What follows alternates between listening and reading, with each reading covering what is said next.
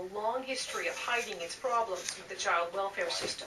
Whenever any of this bad information, bad factual information comes out, it gives information that can be used against the government, which is to their detriment. It could be used against them to succeed in a lawsuit against them, give them bad press, makes them look bad.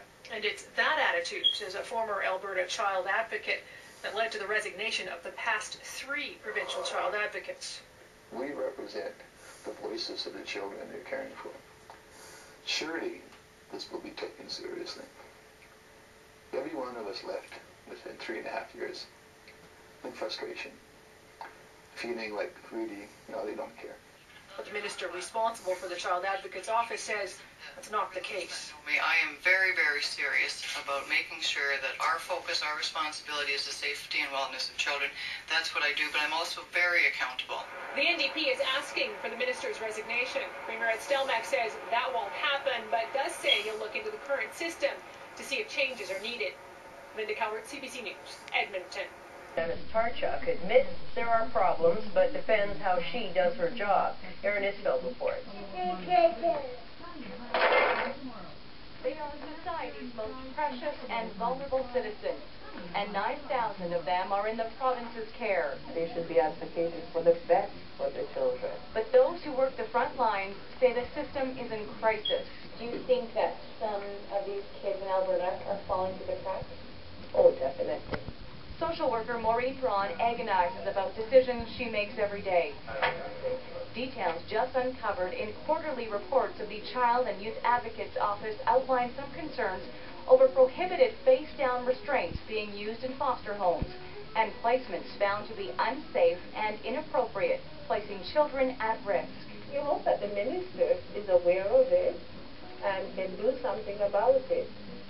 They are hundreds and hundreds of complaints that have come forward that have not been substantiated. If she doesn't resign immediately, the Premier should fire her. Alberta's Children and Youth Services Minister is under fire. I am not interested in hiding any information. The province's Child and Youth Advocate reports directly to Janice Tarchuk. But for the last 3 years, his annual report was nowhere to be found. I have been concerned with the lateness of the reports since I was appointed to this position. We're hopeful in the future the reports will be delivered on time. The minister says she works closely with the advocate and says the public needs to know it's not all about the annual report. This is not to say that we don't have all kinds of issues. We do.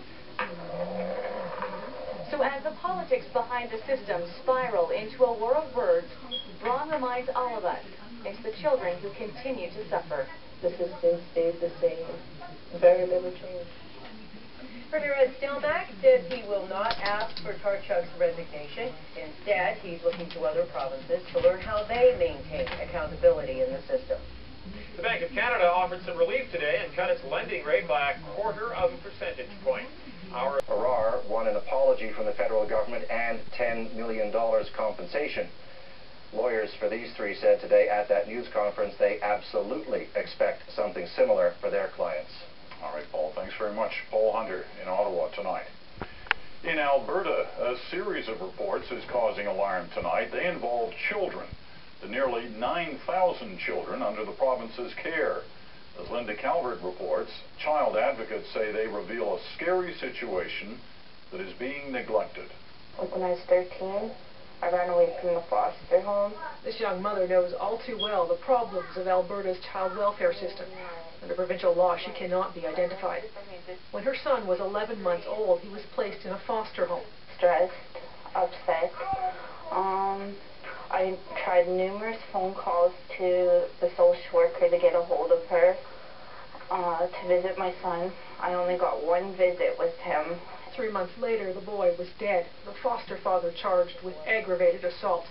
And there are more cases like hers contained in 3 years' worth of quarterly reports by the province's child advocate just made public. They tell a story of ongoing neglect and abuse, including